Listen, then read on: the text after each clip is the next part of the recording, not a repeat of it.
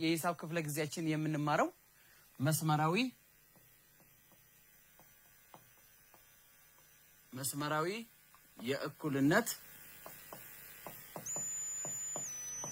የእኩልነት አረፍተ ነገሮችን በመተካት መፍታት ነው።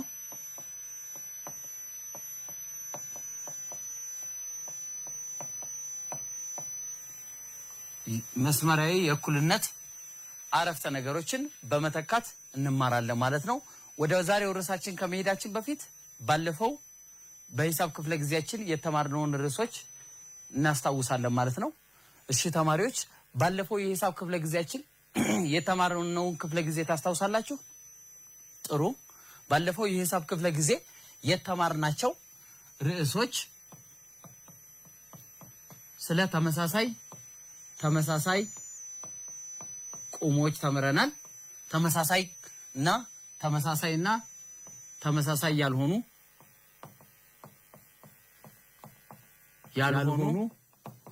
ቁሞችን እናያለን። ተመሳሳይ ቁሞች ማለት የፊደል አብጆቻቸው ተመሳሳይ የሆነ መጣይ ቁጥሩ ተመሳሳይ ቢሆንም ባይሆንም የአልጀብራዊ መገለጫው ተመሳሳይ ቁም በመባል ይገለጻል።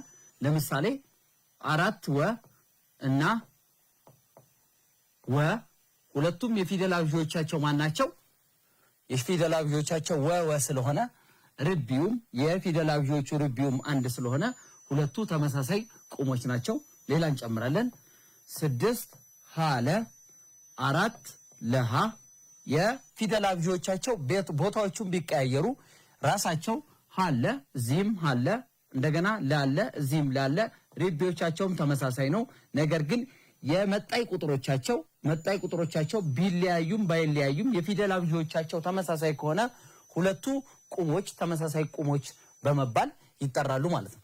ተመሳሳይ ያልሆኑ ቁሞች ደግሞ ሁለት አልጀብራዊ መገለጫዎች ተመሳሳይ ያልሆኑ ቁሞች የሚሆን ተመሳሳይ ካልሆኑ ተመሳሳይ ያልሆኑ ቁሞች ናቸው ማለት ነው።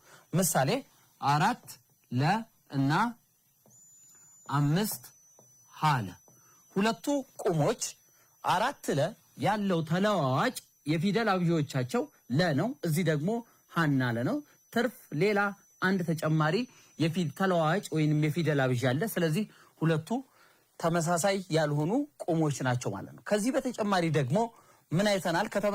ተመሳሳይ ቁሞችን መሰብሰብ አለ። ተመሳሳይ ቁሞችን ስንሰበስብ የተሰጡንን ተመሳሳይ ቁሞች መደመርና መቀነስ አለ። ያ ማለት የተሰጠውን ተመሳሳይ ቁም ማቃለል ማለት ነው። ማቃለል ተመሳሳይ ቁሞችን ስንሰበስብ ማቃለል ማለት ነው። ማቃለል በመደመርና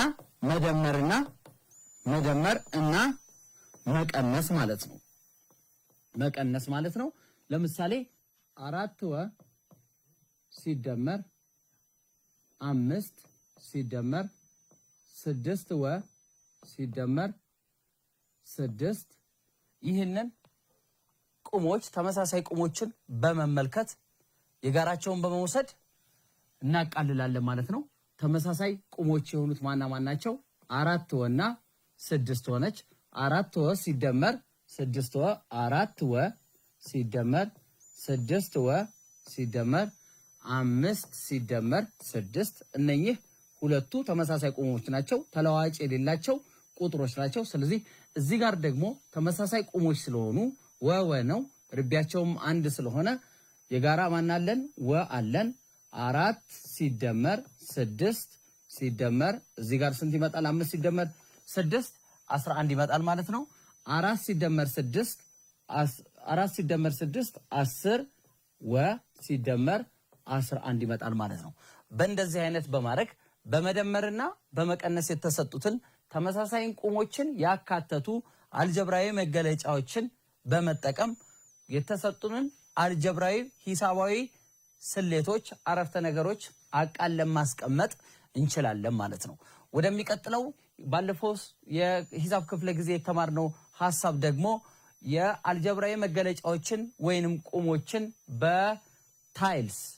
በአልጀብራዊ ታይልስ መወከል ነበረ።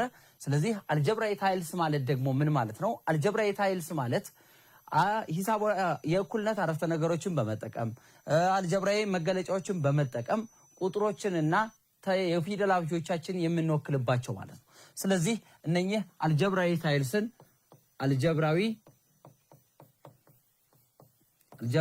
ታይልስ ስንጠቀም ማወቅ ያለብን በዋናነት ምልክቶችን እስከነ ቀለሞቹ ማወቅ ያለብን ነገሮች አሉ። እነሱን እናያለን። የመጀመሪያው ሰፋ ያለው ሬክታንጉላር ባር ይሆናል። ረዘም ሬክታንጉላር ባር አለ። ትንሿ ሬክታንጉላር ባር አለ። ይሄ በቀለም ነው። ነገር ግን እኛ በምልክት አድርገን እንጠቀማቸዋለን። ስለዚህ ይሄ ሸ ርቢ 2 ይሄ ሸ ነው። ይሄ ደግሞ ቁጥር ነው 1 ነው። ስለዚህ እነኚህ በመደመር የሚሰሉ ናቸው። በዛኛው ላይ ስንጠቀም ይሄ ሰማያዊ ቀለም አለው። ይሄ አረንጓዴ፣ ይሄ ቢጫ ቀለም አለው። አሁንም በተመሳሳይ በመቀነሱ ስንጠቀም ደግሞ ራሱ ሬክታንጉላር ባር ሆኖ ነገር ግን ቀለሙ ይለያያል። በሙሉ እነኚህ በምንድናቸው? ቀይ ቀለም ናቸው። ስለዚህ እዚህ መቀነስ ሸርቢ 2 መቀነስ ሸርቢ 1 መቀነስ 1 ነው። እነኚህን በመከተል ቀለሞቻቸው እንዳልኳችሁ ናቸው። ቀለሞቻቸው ይሄ ቀይ ነው። ይሄኛው እዚህ ጋር ያለ ነው ሬክታንጉላር ተመሳሳይ ናቸው ሁለቱ። ምንድናቸው? ይሄ ቀለሙ ቀይ ነው። ይሄኛው ደግሞ ራሱ ቀይ ነው። ነገር ግን ሬክታንጉላር ባር ሸጠጥ ያለ ሬክታንጉላር ባር ነው። ይሄ በጣም ትንሽ የዚህኛዋን ግማሽ የምታክል በመቀነስ የተቀመጡ ናቸው ማለት ነው። እነኚህን በመጠቀም እንዴት የአልጀብራዊ መገለጫዎችን እና ቁሞችን መወከል እንደምንችል በባለፈው የሂሳብ ክፍለ ጊዜያችን አይተናል። በዚህ ክፍለ ጊዜ ደግሞ የምንማረው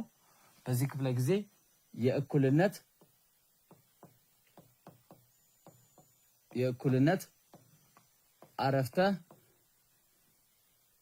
አረፍተ ነገሮችን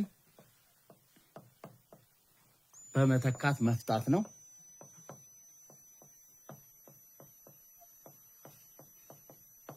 የእኩልነት አረፍተ ነገሮችን በመተካት መፍታት ላይ ከዚህ በኋላ የሚመጣው መስመራዊ የእኩልነት አረፍተ ነገር አለ። የእኩልነት አረፍተ ነገሮችን በመተካት መስመር ላይ ይሄን ክፍለ ጊዜ ከተማራችሁ በኋላ ማንኛውንም የሚሰጡ የእኩልነት አረፍተ ነገሮችን የተሰጡትን የተለዋዋጩን ዋጋ በመተካት መፍታት ትችላላችሁ ማለት ነው። አላማው ይሄ ነው። ስለዚህ መጀመሪያ ወደዛ ከመምጣታችን የእኩልነት አረፍተ ነገር ማለት ምን ማለት ነው? የእኩልነት አረፍተ ነገር ማለት ሁለት አልጀብራዊ መገለጫዎች የእኩልነት አረፍተ ነገር ማለት ሁለት አልጀብራዊ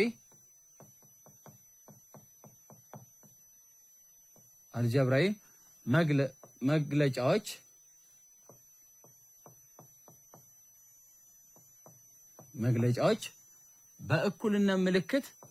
በእኩልነት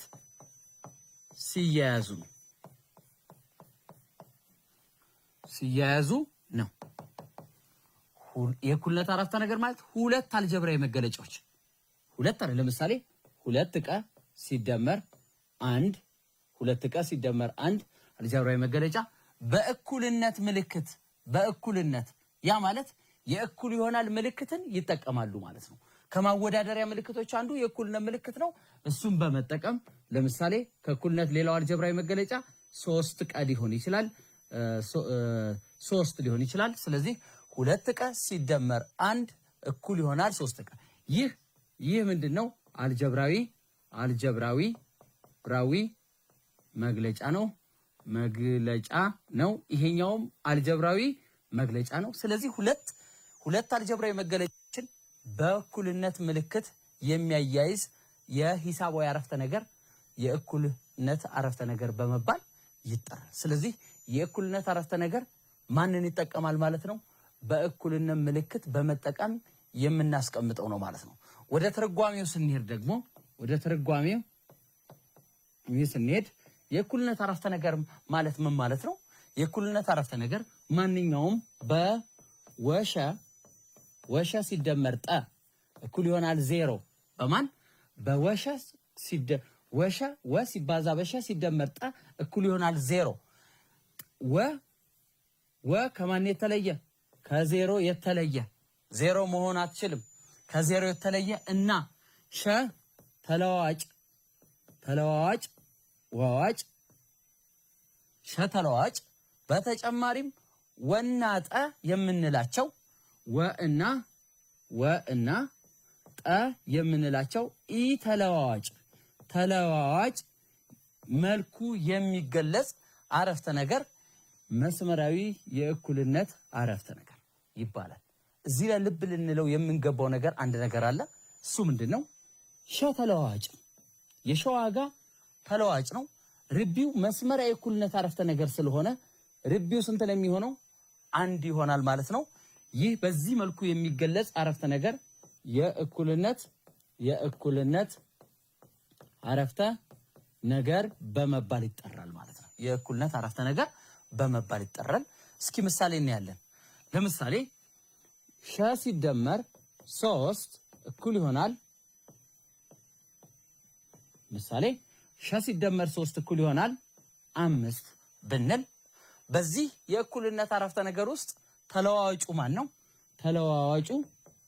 ተለዋዋጩ ሸ ነው።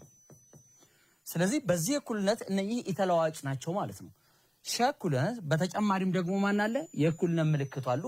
በዚህ በግራ በኩል ያለው አልጀብራዊ መገለጫ ነው። በቀኝ በኩል ያለው አልጀብራዊ መገለጫ ነው። ሁለቱ አልጀብራዊ መገለጫውን በእኩልነት ምልክት ሲያያይዝ የሚፈጠረው የእኩልነት አረፍተ ነገር ነው።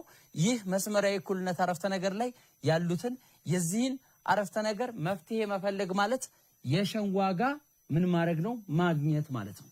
የዚህ የሸ ሲደመር 3 እኩል ይሆናል 5 የሚለውን የመስመራዊ የእኩልነት አረፍተ ነገር ፈታን የምንለው ደግሞ ወይንም መፍትሄ አገኘን የምንለው ይሄን የእኩልነት አረፍተ ነገር እውነት ሊያደርግ የሚችል የሸን ዋጋ ወይንም የተለዋዋጩ ዋጋ ቁጥር በተሰጠው የእኩልነት አረፍተ ነገር ውስጥ በመተካት እውነት ሆኖ ሲገኝ የእኩልነት አረፍተ ነገሩን ፈታን ብለን እናስባለን ማለት ነው።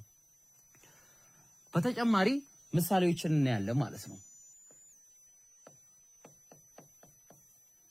ምሳሌ የተሰጡትን የእኩልነት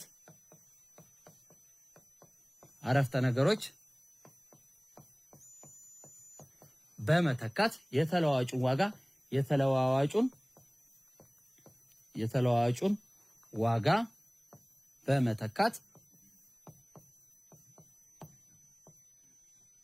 መፍትሄ ፈልጉ።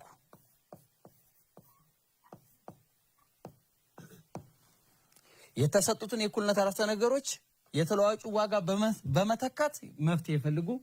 መጀመሪያው 2000 ሲደመር 3 እኩል ይሆናል 11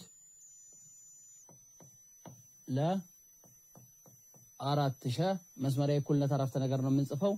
ሲደመር 1 እኩል ይሆናል 15 አመርሃ ቀ ሲካፈል ለ3 ሲቀነስ 6 እኩል ይሆናል 0። የተለዋዋጭ ዋጋ የተሰጠ 4 5 6 የተለዋዋጮች ዋጋ አለ 5 የተሰጠ ይህን አረፍተ ነገር ከዚህ መፍትሄ ለመፈለግ የተሰጡት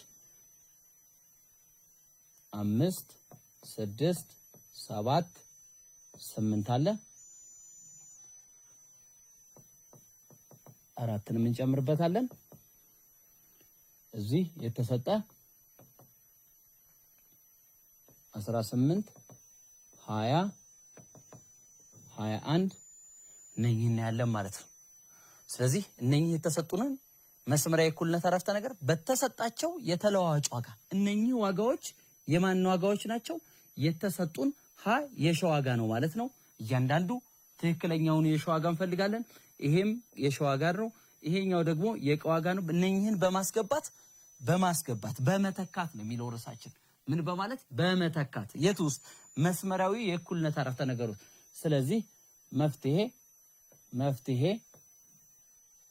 የእኩልነት የተሰጡትን የመስመራዊ የእኩልነት አረፍተ ነገሮች ስንተካለን ሃው ስንተካ 2000 ሲደመር 3 እኩል ይሆናል 11 ይላል። የሸ ዋጋ መጀመሪያ የተሰጠን የሸ ዋጋ ማን ነው? 4 ነው። ሸ 4 ቢሆን 2 ሲባዛ በሸ ቦታ እናስገባለን። በሸ ቦታ ሸ 4 ነው ሲደመር 3 ነው እዚህ ኳልስቱ 11 ነው። እርግጠኛ አልሆንም እኩል ይሆን አይሁን።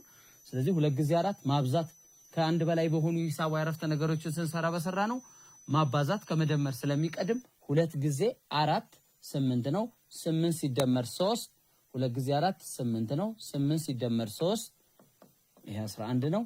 ስለዚህ 8 ሲደመር 11 መጀመሪያው ላይ አገኘን። ስለዚህ ይሄ እውነት ነው። ስለዚህ ይሄ እውነት ነው ማለት የሸ ዋጋ ይሄንን መስመሪያ የእኩልነት አረፍተ ነገር እውነት ከሚያደርጉት አንዱ ቁጥሮች የተለዋዋጭ ዋጋ የመጀመሪያው ነው ማለት ነው።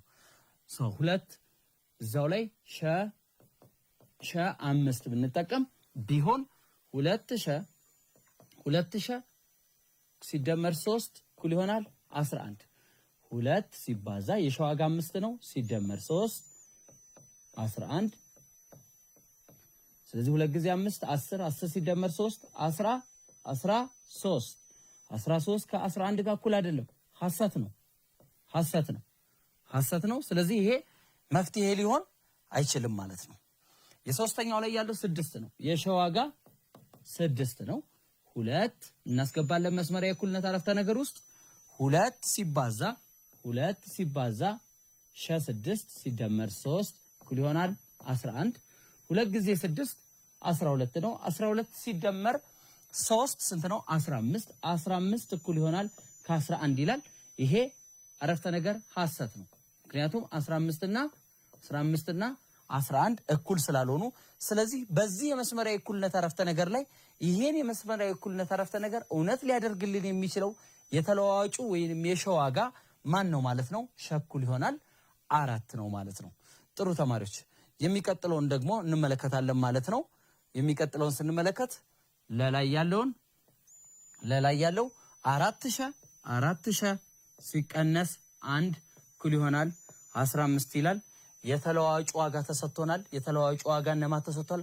4 5 6 7 8 ብዛት ያላቸው አሉ። ነገር ግን ይሄ መስመሪያ የእኩልነት አረፍተ ነገር የመፍትሄ ዋጋው ሊሆን የሚችለው አንድ መልስ ነው። አንድ የመፍትሄ ስብስብ ነው። ምክንያቱም የሸ ዋጋ ርቢ 1 ነው መስመሪያ የእኩልነት አረፍተ ነገር ላይ። ስለዚህ የሸን ዋጋ ከተዘረዘሩት የተለዋዋጭ ዋጋ ውስጥ መፍትሄ ልናገኝ የምንችለው አንደኛው ብቻ ስለሆነ ሌላውን አንዱን እንዳገኘን ከዚያ በኋላ ሌሎችን ለማረጋገጥ ያክል መስራት እንችላለን። ካገኘን ግን ብንተውም ምንም ችግር የለው።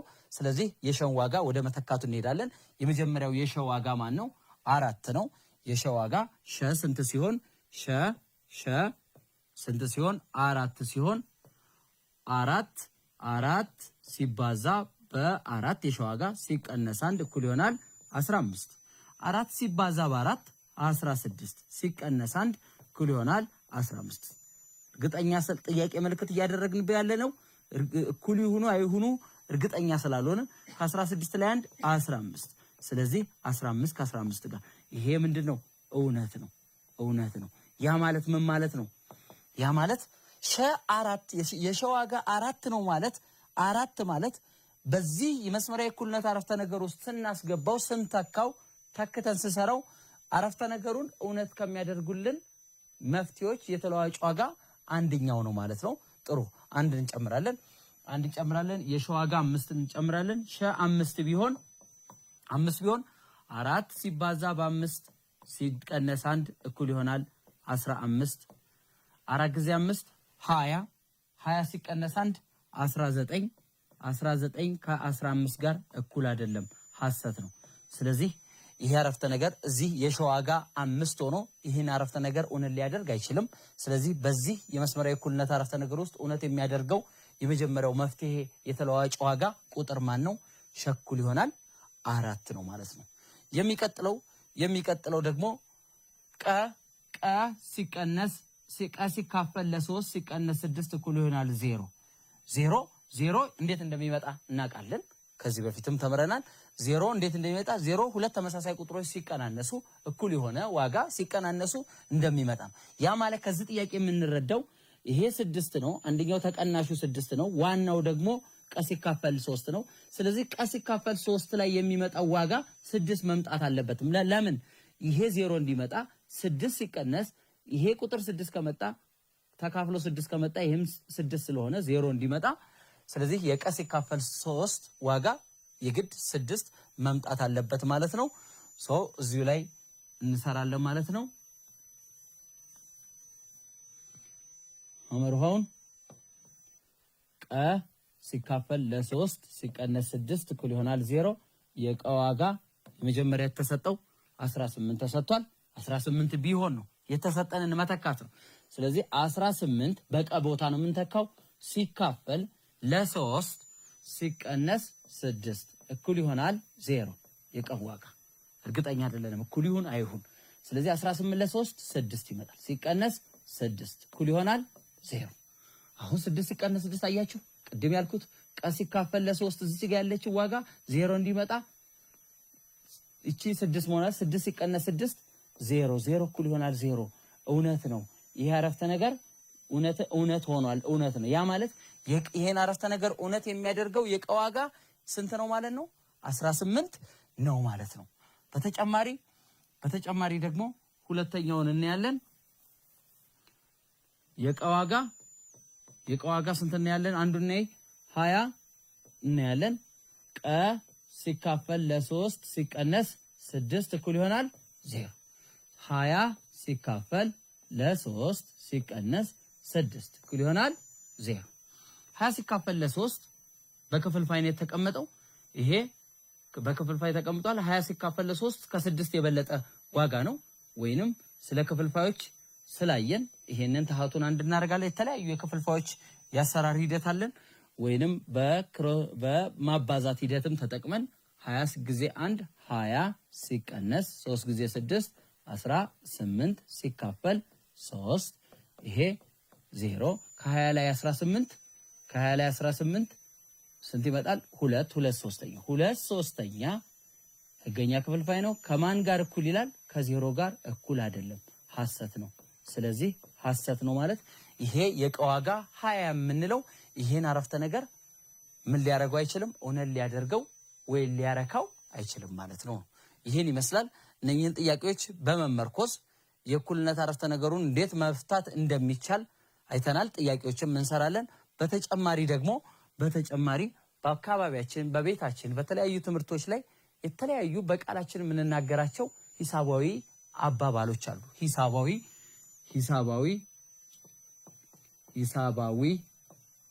አባባሎች አሉ። ሂሳባዊ አባባሎችን ወደ እኩልነት አረፍተ ነገር በመቀየር የእኩልነት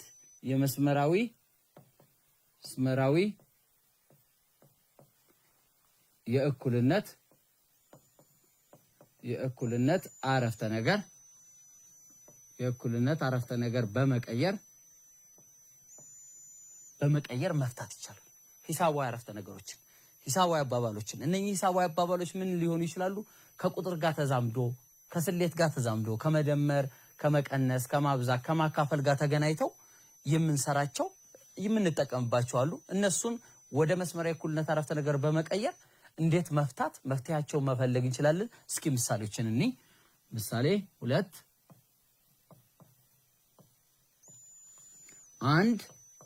አንድ ያልታወቀ ቁጥር በ3 ተባዝቶ አንድ ያልታወቀ ቁጥር በ3 ተባዝቶ 9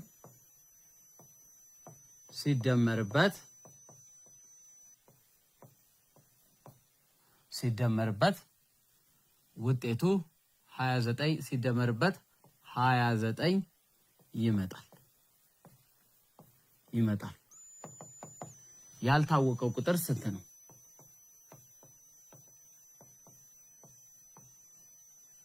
አንድ ያልታወቀው ቁጥር በ3 ተባዝቶ አንድ ያልታወቀ ቁጥር በ3 ተባዝቶ 9 ሲደመርበት ውጤቱ አንድ ያልታወቀ ቁጥር በ3 ተባዝቶ 9 ሲደመርበት ውጤቱ 30 እናርገው 30 ይመጣል። ስለዚህ ያልታወቀው ቁጥር ፈልጉ። መፍትሄ ምንድነው የሚለው? አንድ ያልታወቀ ቁጥር አለ። ይሄ ያልታወቀ ቁጥር በተለዋጭ ስናስቀምጠው ያልታወቀው ቁጥር ማን እንበለው? ወ እንበለው። ተለዋጭ የተለያዩ ተለዋጮችን መወከል ምልክት ማድረግ እንችላለን። ፊደላት የአማርኛ ፊደላትን ማድረግ እንችላለን። ይሄ ተለዋጭ ያልታወቀውን ቁጥር በስንት ተባዝቶ ነው የሚለው? በ3 ተባዝቶ ማን ሲደመርበት ይላል። አረፍተ ነገሩ ራሱ ይመራል። ማን ሲደመርበት? 9 ሲደመርበት ስንት ሲደመር? 9 ሲደመርበት ውጤቱ 30 ይመጣል። ያልታወቀ ቁጥር በ3 ተባዝቶ 9 ሲደመር ውጤቱ 30 ይመጣል። ይሄን ስናስቀምጥ አልጀብራዊ መገለጫዎችን እና ቁሞችን ስናስቀምጥ 3 ወ ማለት በሌላ አቀማመጥ 3 ወ ማለት 3 ሲባዛ በወ ማለት ነው። ስለዚህ 3 ሲባዛ በወ ማለት 3 ወ ነው ሲደመር 9 እኩል ይሆናል 30 ነው። ስለዚህ እነኚህን የወን ዋጋ ያልታወቀውን ቁጥር ለማግኘት ይሄን አረፍተ ነገር እውነት ሊያደርጉልን የሚችሉትን ቁጥሮች እየፈለግን በመተካት እውነት እንዲያደርግ እንሞክራለን ማለት ነው። ስለዚህ የወን ዋጋ በመተካት ለምሳሌ የወ ዋጋ 4 ብንተካ 4 ቢሆን እዚህ ጋር ስንተካ 3 ሲባዛ በወ ቦታ ሲባዛ በ4 ሲደመር 9 እኩል ይሆናል 30 ጥያቄ ምልክት አደረኩበት። 3 ጊዜ 4 ማብዛት እንደሚቀድም እናውቃለን። 3 ሲባዛ በ4 12 ሲደመር 9 እኩል ይሆናል 30 12 እና 9 21 30 ይሄ ምን መጣ? ሐሰት ነው። ያ ማለት አረፍተ ነገሩን እውነት እንዲሆን አላደረገልንም ማለት ነው። ስለዚህ ከዚህ የምንረዳው 4ን ስንተካ የመጣው የአልጀብራዊ መገለጫው ዋጋ በአንድ በኩል ያለው የአልጀብራዊ መገለጫ የመጣው ዋጋ 21 ነው። ያ ማለት እቺ ቁጥር ከፍ ማድረግ ይገባናል ማለት ነው። ስለዚህ እስኪ አሁን ደግሞ ስንት እንተካ? 6 እንተካ። የወ ዋጋ 6 እንተካ 3 ጥያቄው ላይ ነው የምንተካው። 3 የመጀመሪያው የተሰጠን የእኩልነት መስመራዊ እኩልነት አረፍተ ነገር ላይ ነው። 3 ሲባዛ በ6 ሲደመር 9 እኩል ይሆናል 30 ነው። 3 ጊዜ 6 18 ነው ሲደመር 9 ነው እኩል ይሆናል 30። አሁንም 18 እና 9 27 እኩል ይሆናል ከ30። አሁንም ሐሰት ነው። አረፍተ ነገሩን እውነት የሚያደርግልን ቁጥር አላገኘንም ማለት ነው። አልመጣም። ወኩል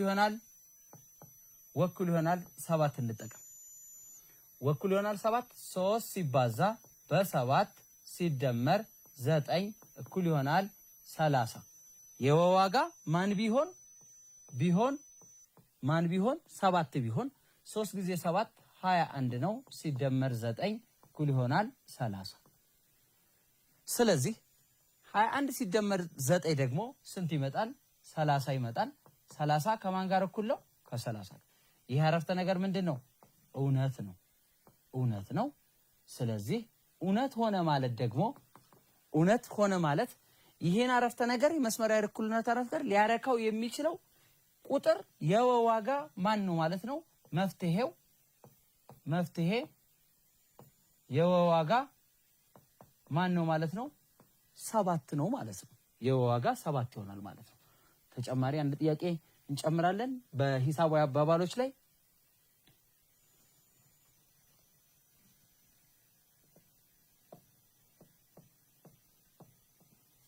ተማሪ አልማዝ ቅዳሜ የገጽ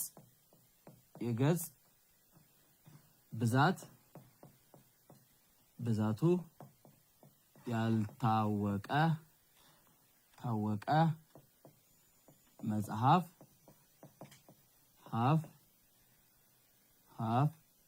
መጽሐፍ እና እሁድ ደግሞ 32 የመጽሐፍ ገጽ ብታነብ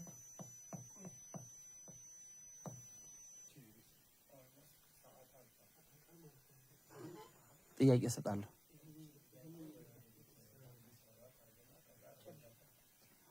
አንድ ልጨምርበትና አንድ ጥያቄ ስላው ላይ ተማሪ አልማዝ ቅዳሜ የገጽ ብዛቱ ያልታወቀ መጽሐፍና እሁድ ደግሞ 32 የመጽሐፍ ገጽ ብታነብ